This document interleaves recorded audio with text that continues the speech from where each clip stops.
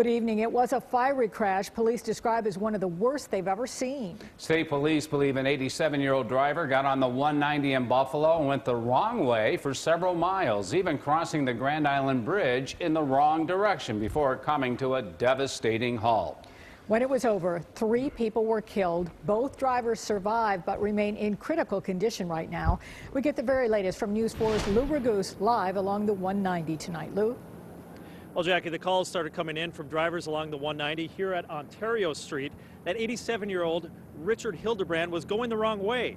Troopers were not able to catch up with him in time, and 7 miles later, a deadly collision.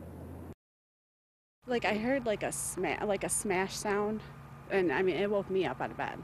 A horrifying accident on the 190 took the lives of 3 young men.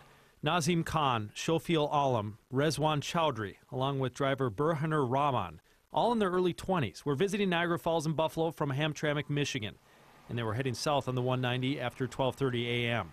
Meantime, 87-year-old Richard Hildebrand was also on the road, and at some point by Ontario Street, he drove onto the 190, heading north on the southbound lanes. That would mean that he drove 7 miles in the wrong direction, even driving over the Grand Island Bridge.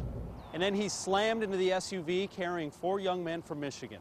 It looked like at the last second, one of the vehicles, if not both, swerved. The major impact was passenger side of each vehicle.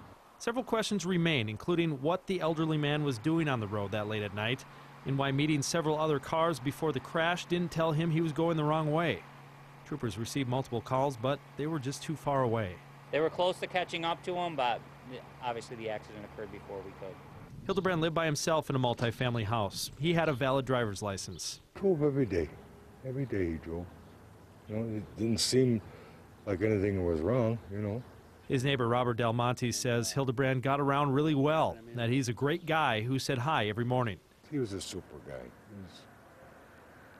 You couldn't say any more too much about him. He's saddened for the families of the young men who died, and those who witnessed the aftermath say it was a crash that'll be hard to forget. It was horrible. Nothing I hope I have to see again anytime soon. And I just got off the phone with ECMC, and they tell me that Hildebrand and the driver of the other vehicle, 22-year-old Burhaner Rahman, are still both in critical condition.